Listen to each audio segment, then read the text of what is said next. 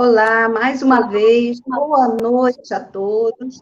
Estamos nós aqui para mais uma palestra online pelo Centro Espírita João Batista do Meier, né? E nós hoje estamos recebendo o nosso irmão Leonardo Arruda. Ele é de Limeira, do Centro Espírita Luz e Caridade. E é com muito prazer que nós estamos recebendo o Leonardo nessa noite, e vai nos falar sobre o tema Jesus em Nosso Lar. Então, Leonardo, mais uma vez, seja muito bem-vindo, né? Vamos, então, fazer a nossa prece, para, em seguida, passar a palavra para o nosso irmão.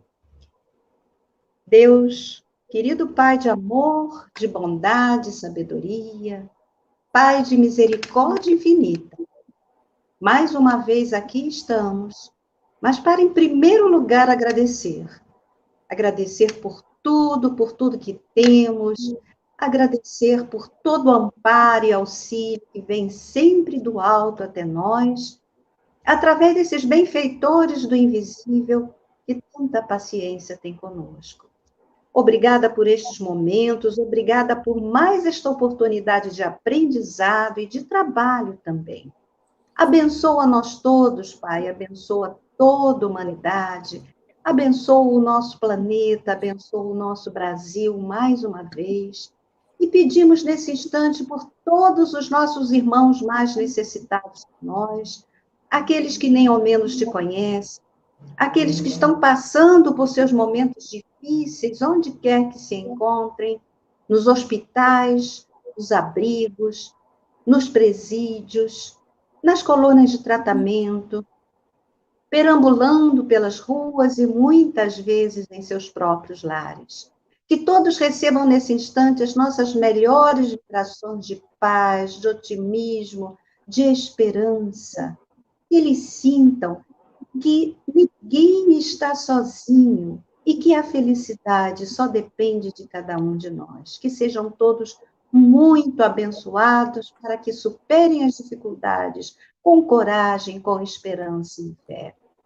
Abençoa mais uma vez a nós todos, Pai. Abençoa o nosso irmão Leonardo, que ele possa expor o fruto do seu trabalho, da sua pesquisa, com tranquilidade, segurança, atingindo os objetivos traçados pelos mentores que dirigem os trabalhos desta noite.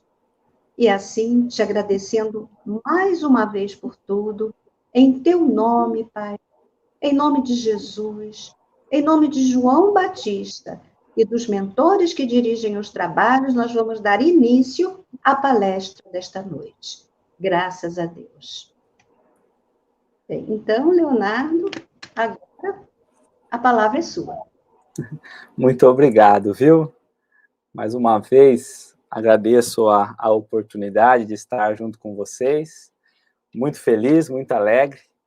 Aos amigos também que nos acompanham aí de casa, da internet, aqueles que terão a oportunidade de ver depois também. E lembrar, como a própria Cília falou, quanta paciência realmente os benfeitores têm tido conosco, né? E essa fala, esse pedaço falado na prece, nós vamos ver tem muito a ver com a nossa fala de hoje, o nosso estudo de hoje. Jesus em nosso lar. Já poderíamos pensar, eu gosto de começar aqui as exposições, refletindo um pouco sobre o tema que às vezes eu escolho, né? Então, tem uma importância cada palavra, cada verbo, cada coisa que nós encontramos num título, num tema. E para nós começarmos aqui, não é qualquer. Nós percebemos que tem nosso lar, que é nosso, é pessoal, não é o lar da minha concepção. Talvez não seja o lar da sua concepção. E aqui nós devemos começar a refletir sobre esse tema. O lar ou a casa, o lar representando uma casa, o que seria para cada um de nós? Quando nós pensamos em um local que nos traz harmonia, que nos traz tranquilidade, conforto, segurança, aonde é que nós nos sentimos? Porque pode ser dentro do domicílio familiar, mas pode ser fora também. Não tem as situações em que nós falamos assim, eu me sinto mais em casa aqui do que em outro lugar? Pode ser, de repente, na nossa cidade natal, pode ser na nossa casa, no planeta Terra, no nosso país. Cada um vai decidir, durante a fala de hoje, qual é o lar que toca o coração. Qual é o lar para qual nós estaremos falando. É importante pensarmos nisso. Mas o mais importante é nós lembrarmos que nesse lar, por vezes e muitas vezes, nós estaremos juntos, reunidos com pessoas, independente da escolha que nós pensarmos. Se melhor quisermos pensar, estaremos nós nessa habitação, junto com espíritos, encarnados ou desencarnados, sempre em companhia. E a segunda parte do tema, título, é Jesus. E como que nós poderíamos iniciar falando sobre Jesus? Qual seria a definição que nós escolheríamos para mais claro, para melhor definirmos Jesus? Pensemos cada um de nós, porque adoramos falar em Jesus, adoramos falar que Ele é o nosso modelo, que Ele é o guia, que cristãos. Mas se nós que definir Jesus, nesse momento, como nós definiríamos? Independente da maneira que nós fizermos. Pensa, cada um pensa. Deixa aí na sua casa mental uma definição popular. Casa mental. O que Jesus significa? E vamos começar então pensando primeiro pelos olhos dos estudiosos, pelos olhos dos historiadores, aqueles que buscam estudar a história da humanidade, buscar a história do Cristo, que vai tentando a todo instante inseri-lo num contexto histórico, sócio e cultural. Pega a pessoa Jesus e não a obra, e vai tentando inserir no contexto histórico, na sociedade. E aí nós vamos tendo que ele foi uma simples pessoa, com humildade, filho de carpinteiro. Se nós olharmos pelo lado histórico, Cristo permanece somente situado na história, na linha cronológica, porque buscaríamos relatos dele através de documentos, através de fotos, através de objetos. E nós sabemos que naquela época, muito difícil será encontrar algum vestígio que possa nos levar mais diretamente ao Cristo. Porque ele mesmo nada deixou escrito. Não é? Se nós olharmos, então, para ele, aos olhos do estudioso, ele é aquele que modificou o curso da humanidade. A humanidade vinha de um jeito. De repente, depois do Cristo, mudou. Os acontecimentos foram outros.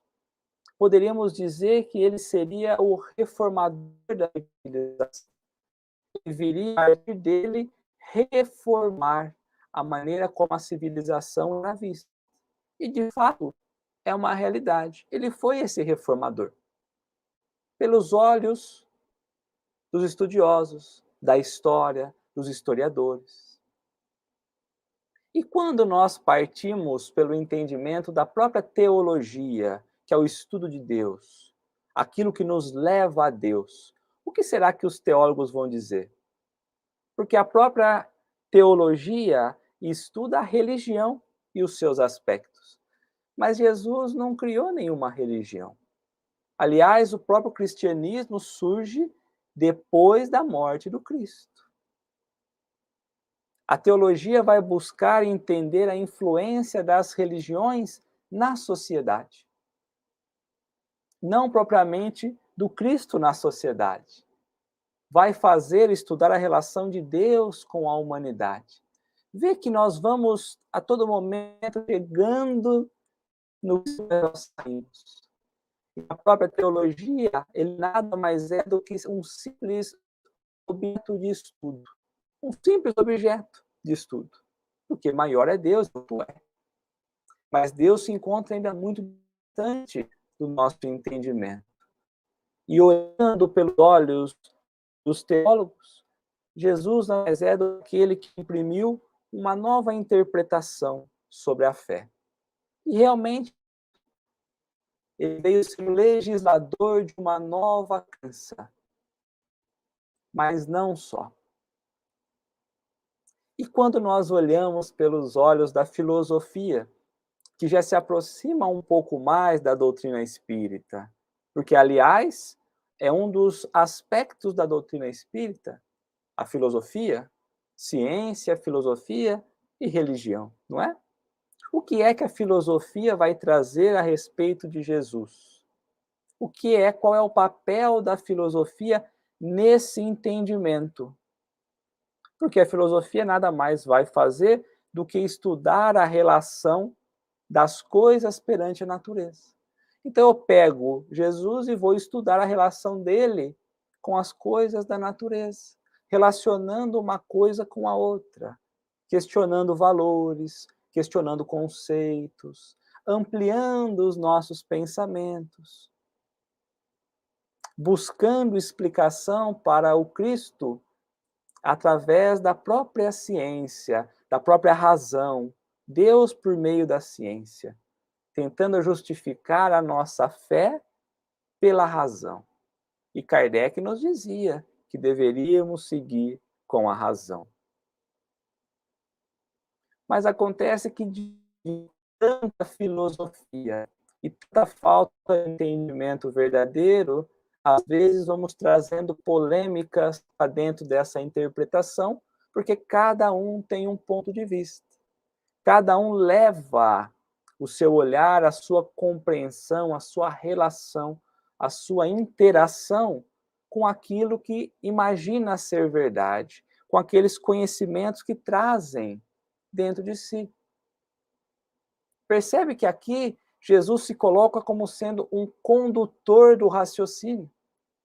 É através do Cristo que nós vamos conseguir pensar, porque aí nós vamos nos relacionar com tudo aquilo que está em volta. Ele seria o condutor do raciocínio. E também está correto pensar, mas somente isso. Quando vamos buscar, Emmanuel vai pedir que nós consigamos trazer o que é Jesus ao olhar da multidão dos crentes inertes. E aí, mas é que é um termo muito bonito, crentes inertes. Mas não estamos falando de religião, estamos falando daqueles que dizem crer. Os crentes inertes, que nada fazem. Será que somos nós? Que imaginamos realizar tanto, mas nem tanto assim? Agora que nós já trouxemos a definição pela história, pelos estudiosos, pela teologia e pela própria filosofia, cabe perguntar a nós: quem é Jesus? Jesus no nosso lar. Quem é Jesus? Pensemos, possamos cada um responder em silêncio na nossa consciência e seguirmos aqui pelo próprio caminho da filosofia que o seja. Quando nós buscamos Jesus? Em que momento nós buscamos nos relacionar com Ele? Quando tudo está bem? Quando tudo que nós precisamos chega até nós? Quando estamos em alto mar e a embarcação está tranquila e estável? É nesse momento que nós buscamos Ele? Ou é que nossa vida parece que está de ponta cabeça? Parece que estamos vivendo uma crise que não passa nunca. Ou talvez nas primeiras dificuldades nós já buscamos a Ele. Se Jesus é esse para cada um de nós, nós poderíamos resumir que Ele nada mais é do que o distribuidor das facilidades terrestres. Buscamos o Cristo para quê? Para termos facilidades diante dos obstáculos que a vida nos impõe? Ou temos compreendido um propósito muito maior em buscá-lo, em entendê-lo, em relacioná-lo com as coisas, em fazermos como sendo ele, de fato, o meio do nosso estudo, de aprimorarmos cada vez mais? Será que nós conseguimos defini-lo como de fato devemos? Como temos vivido o nosso dia a dia? Pensemos. Nós acordamos, abrimos nossos olhos e nós, mais uma vez, estamos envolvidos no meio em que nós somos colocados. Às vezes o meio não é muito bom. A verdade é essa. E às vezes o mundo apresenta diversas dificuldades. Mas como nós temos aproveitado? Às vezes a convivência com aquelas pessoas mais difíceis, às vezes alguns posicionamentos que nós não aceitamos, aquele irmãozinho um pouquinho, com uma dificuldade um pouquinho maior de entendimento, ou que exige um pouco mais de paciência nossa. Como nós temos aproveitado esse meio? Como temos aproveitado as situações que nós temos vivido? Paramos para pensar que nós vivemos, que nós acordamos, que nós despertamos todos os dias, 24 horas por dia. Esse correr dos ponteiros somos nós apresentados a situações, diante dos meios necessários para que nós possamos progredir. E a pergunta é: temos aproveitado?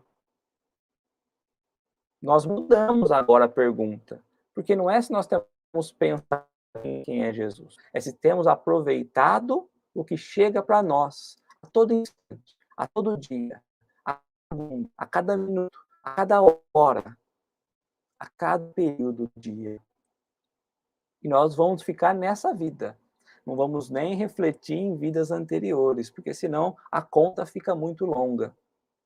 Fato é que não. Que nós não trazemos a visão espiritual para o conceito de vida que precisamos ter.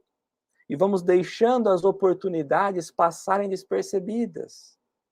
Vamos dizendo que nós não temos oportunidades de melhora, que nós não temos oportunidades de crescimento. Nos comparamos com aqueles que, perante as coisas do mundo, trazem, de fato, oportunidades diferentes da nossa, mas não melhores. E pela nossa pequenez, pela nossa falta de visão espiritual, nós vamos imaginando que o mundo tem muito problema, mas que desses problemas os nossos são muito maiores. E quando trazemos essa visão para a nossa vida, é aí que nós vamos ignorando as oportunidades que Jesus vem nos dando de melhorar. Porque não é o mundo que vai se transformar, não é o mundo que vai melhorar. A ordem no pensamento não é essa. Somos nós quem vamos melhorar, ou melhor, nós que devemos melhorar, devemos mudar. E se assim nós fizermos, o mundo também melhora. Precisamos fazer a parte. Temos esperar o outro fazer a dele, temos esperado que as situações lá fora melhorem, e nós temos deixado de fazer a nossa parte.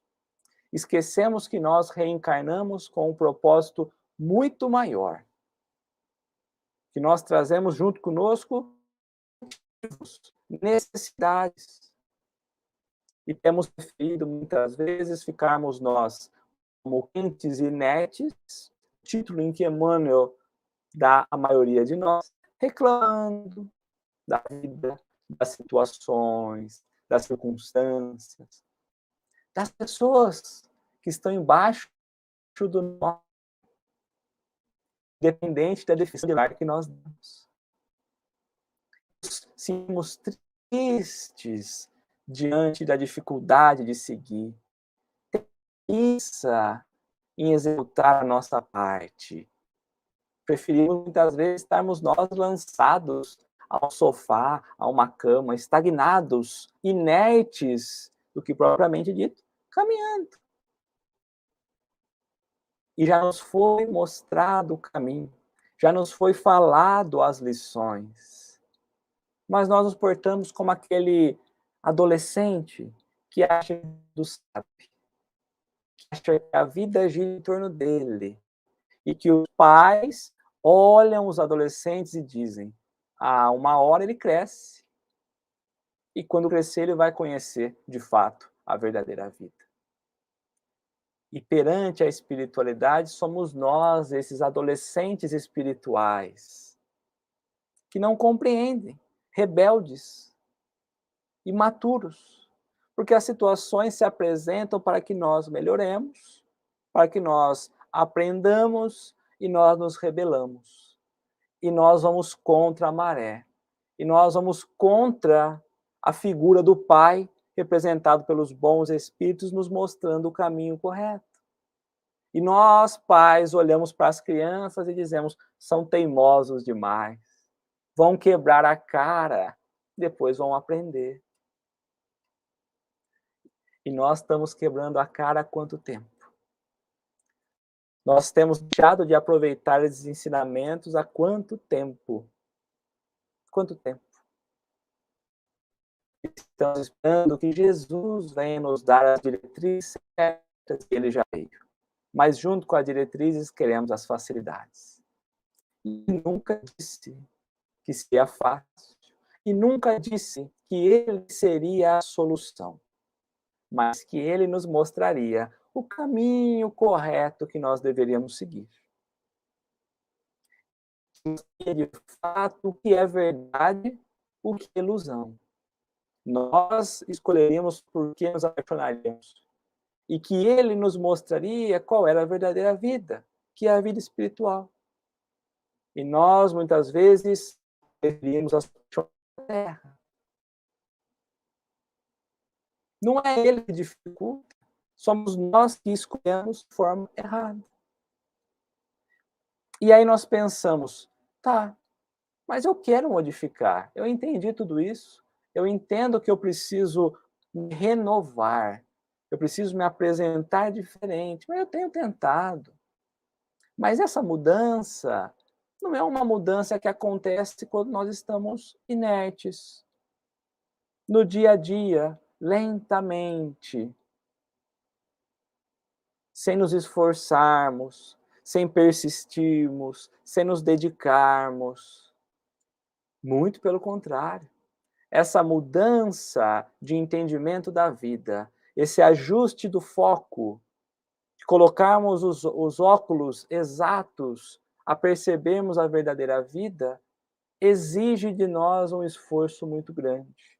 Exige que nós intensifiquemos todas as nossas forças e não que nós sigamos como estamos acostumados. É intensificar, é aumentar, é elevar aquilo que nós temos feito de forma física, intelectual e moral. É um conjunto, é um tríplice conjunto de atitudes. E somos convidados diariamente, através dos meios, através das situações mais difíceis, de estimular esse crescimento. Pensemos um pouquinho, se assim não fosse, por qual motivo estaríamos nós encarnados aqui na Terra? Como conseguiríamos evoluir se não fosse pelo trabalho, se não fosse pelo esforço, se fosse apenas buscando os gozos da terra, as paixões mundanas? Como seria isso? Como nós nos prepararíamos para coisas maiores? Como passaríamos da escala infantil do espírito uma escala mais avançada? O grande problema é que a maioria de nós, encarnados na Terra, têm buscado pelos seus direitos.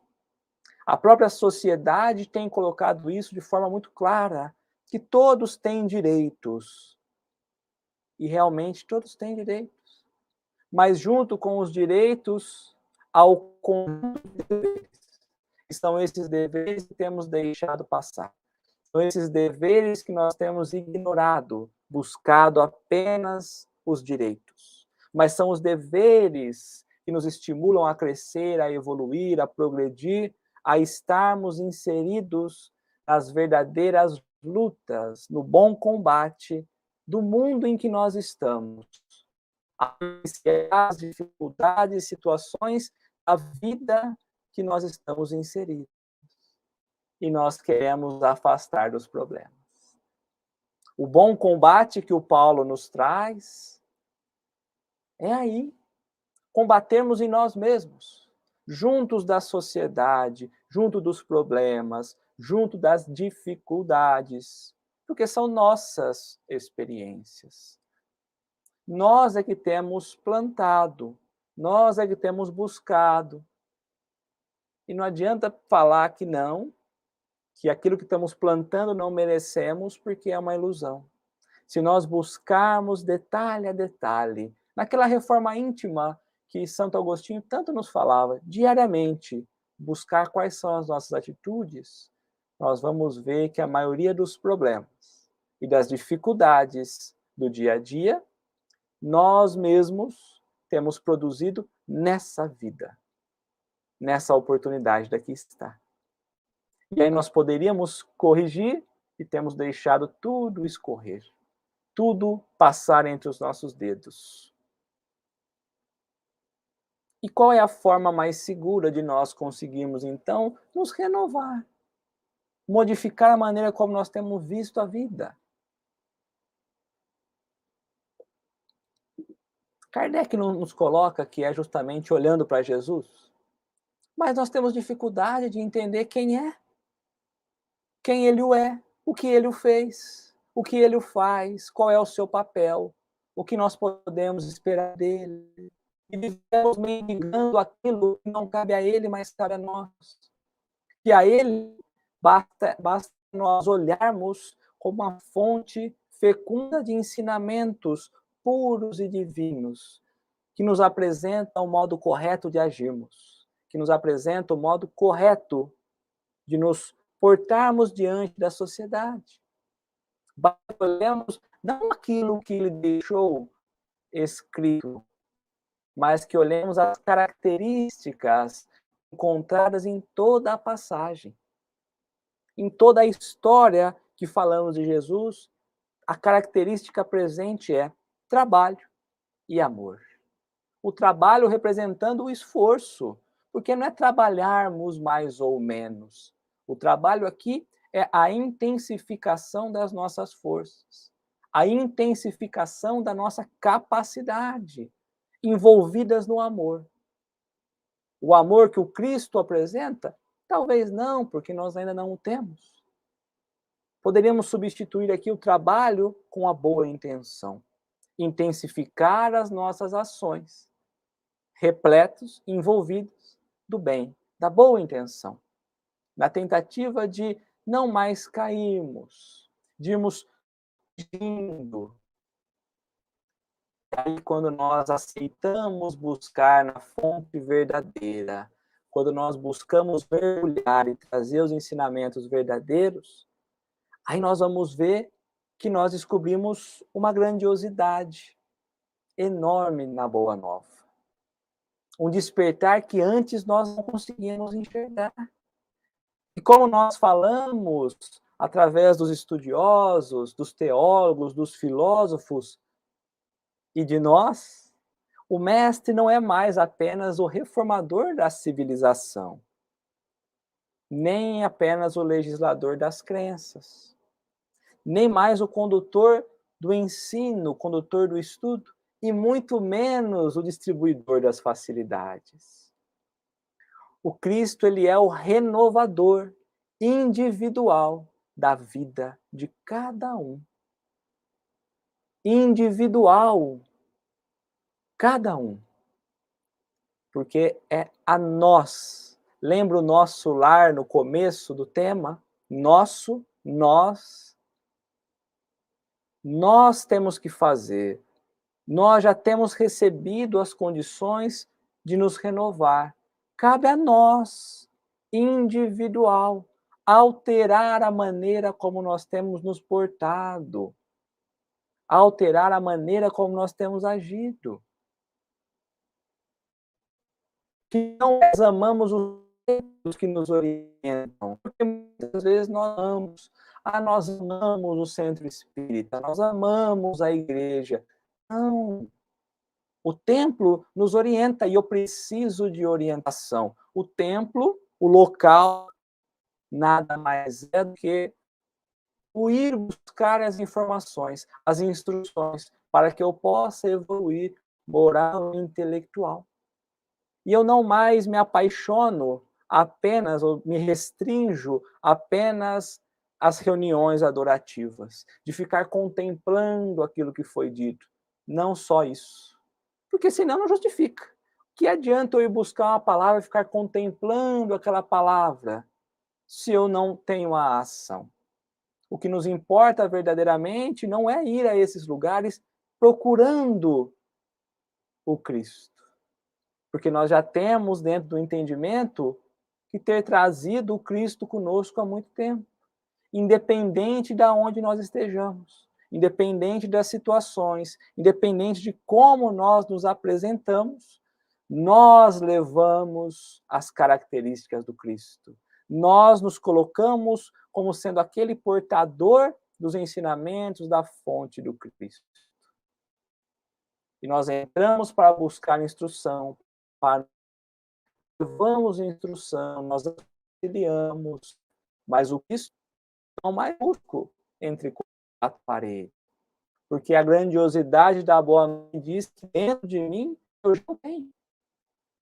E quando consigo entender e trazê-lo para dentro da minha vida, dos meus propósitos, do meu caminho, nós vamos percebendo que ele vai tomando a rédea da nossa vida, controlando as nossas paixões, controlando os nossos desejos. Nós éramos tão apaixonados por algumas coisas, desejávamos tantas coisas.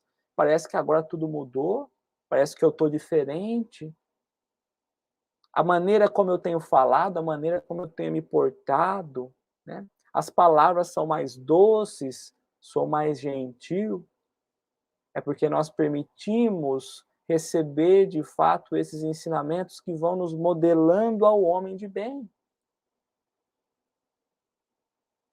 Lembrando de Paulo de novo, que nós possamos trazer em nós o mesmo sentimento que há no Cristo. Olha que bonito, tentarmos trazer os ensinamentos, os sentimentos do Cristo para dentro de nós, para a nossa vida, no nosso agir, no nosso falar, no nosso caminhar, no nosso entender, no nosso compreender. Tudo aquilo que está à nossa volta, sendo mais humildes, mais mansos, mais justos, mais calmos no proceder, como aquele que já aprendeu um pouco, aquele que já se matriculou na verdadeira escola do Evangelho, aquele que já tem buscado ser um pouco melhor, porque nós não vamos ser melhor de uma hora para outra. Nós temos buscado ser melhor, porque tem muitos que nem buscar estão, tem muitos que têm olhado na contramão. Precisamos nós nos colocar a nos habituarmos, a habilitarmos justamente nas ações vivas do dia a dia. Eu quero melhorar? Cadê as ações vivas? Não adianta eu ficar pensando, não adianta eu planejar, não adianta eu só crer. Preciso converter-me às coisas divinas. Eu preciso olhar à minha volta e pensar tudo aquilo que está à minha volta e realmente está conectado com as coisas que me elevam. Porque crer, acreditar é muito fácil. Somos nós iludidos pela palavra de terceiros, pelos encontros nas quatro paredes de que nós realmente acreditamos, que nós trazemos a fé verdadeira. Mas na primeira chacoalhada nós já nos desesperamos. Na primeira chacoalhada nós percebemos que de fato nós não acreditávamos, que a nossa crença não era verdadeira. E quando nos habilitamos a essas ações vivas, nós sabemos que estaremos mergulhados com toda certeza na bravidão do mar, nas tempestades da vida. Porque Jesus também sabia que iria passar por momentos difíceis. Mas assim o fez para nos mostrarmos a importância de nos convertermos, de não mais ficarmos apenas à borda, de não mais ficarmos apenas na superfície e de mergulhar verdadeiramente no seu ensino, de transformação, de renovação. E renovar uma rota, modificar-se, não é seguir fazendo o que nós estamos fazendo há tanto tempo. É olharmos e entendermos como sermos melhores. E até aqueles que já falam, eu já sou um pouquinho melhor, eu já sou um pouquinho diferente, primeiro trabalhamos a humildade, porque temos muito que melhorar. Mas o bem é incessante, não para. Nada acontece por caprichos da vida. Às vezes achamos que tocando e seguindo como estamos acostumados, a vida vai nos entregar aquilo que nós tanto almejamos, a nossa evolução, o nosso progresso. E aí nós percebemos que há uma diferença muito grande, em conhecer e viver os ensinamentos que a Boa Nova nos apresenta. Quantos de nós conhecemos, estudamos as passagens, sabemos de cor tudo aquilo que os evangelhos nos trazem, os evangelistas? Lemos livros, lemos. Participamos de estudo, participamos de reunião mediúnica, mas aí nós não vamos viver os ensinamentos. É ensinar o evangelho e, se necessário, utilizarmos palavras, porque é necessário que, de fato, vivamos através dos exemplos das ações vivas. Porque ainda não estamos na condição de sermos professores e muitas vezes achamos que nós já temos condição de professor. Estamos na condição de aprendizes, na condição de alunos, a olhar as situações e a aprendermos, a melhorarmos, a passarmos ou transferirmos de ano, de acordo com as nossas conquistas. Por isso precisamos nos educar. E a educação é buscar conhecimento. É aceitar que não sei tudo. É aceitar que eu preciso trazer conhecimento para mim. E que essa evolução, ela não dá saltos. Ela acontece passo a passo. Como na escola. Série a série. Dificuldade por dificuldade. E se nós queremos fugir ou receber facilidades, nós não vamos conhecer. Nós não vamos ter a base necessária para passarmos a dificuldade. Então não esperemos grandes obras, grandes transformações, grandes oportunidades. Aproveite aquilo que acontece nesse momento, no dia de hoje, no meio de hoje, porque é o que nós precisamos. Hoje é o dia em que nós podemos iniciar a nossa plantação. Aqueles que têm plantado, planta de novo. Acontece que temos nós plantado, fechamos a porta, dá 10 minutos nós já abrimos para ver o que tem lá. Esquecemos de plantar, de cuidar. É preciso esforço. É preciso substituir os velhos hábitos e adotar novos comportamentos que por vezes ainda estão distantes do nosso ideal. Pegando os nossos pensamentos, porque nós pensamos muito, nós processamos muito os processos psíquicos, né? Peguemos os nossos pensamentos, comecemos a transformá-los em palavras. No dia a dia, nós vamos pegando essas palavras e vamos transformando em ações. Ações vivas, como nós falamos. Com o passar do tempo, as próprias ações vão virando hábitos. E os hábitos constantemente vão se transformando em valores. Valores esses que seguirão conosco e que nós não mais perderemos. Que são os verdadeiros tesouros que a vida tem a nos apresentar. E se a lição parece nova, se falarmos da boa nova parece cansativo, há pelo menos 20 séculos, ou mais de 2000 anos. Essa mensagem vem sido ensinada, falada, refletida, e nós temos ignorado todos os valores que ela traz de ensinamento. Aquele lar de Simão Pedro, nas reuniões, família que tinha com os apóstolos. Hoje, está em toda parte. Todos os cantos conhecem os seus ensinamentos, a sua moral, e nós temos deixado passar. A mensagem por si só, a todo instante, chega aos nossos ouvidos.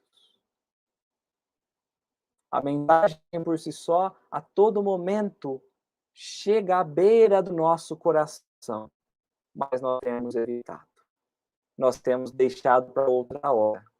E como disse, quantos anos já se passaram até que nós, de fato, aceitemos os ensinamentos e coloquemos na nossa vida, para que, de fato, entendamos que o maior despertar, a maior transformação e o maior bem que nós podemos desejar a nós mesmos é trazer Jesus em nosso lar.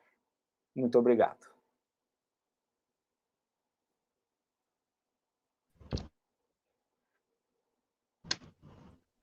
Bem, então, nós é que agradecemos. Leonardo, muito obrigada, viu? Muito obrigada por ter aceitado o convite, pelo tema, muito obrigada mesmo.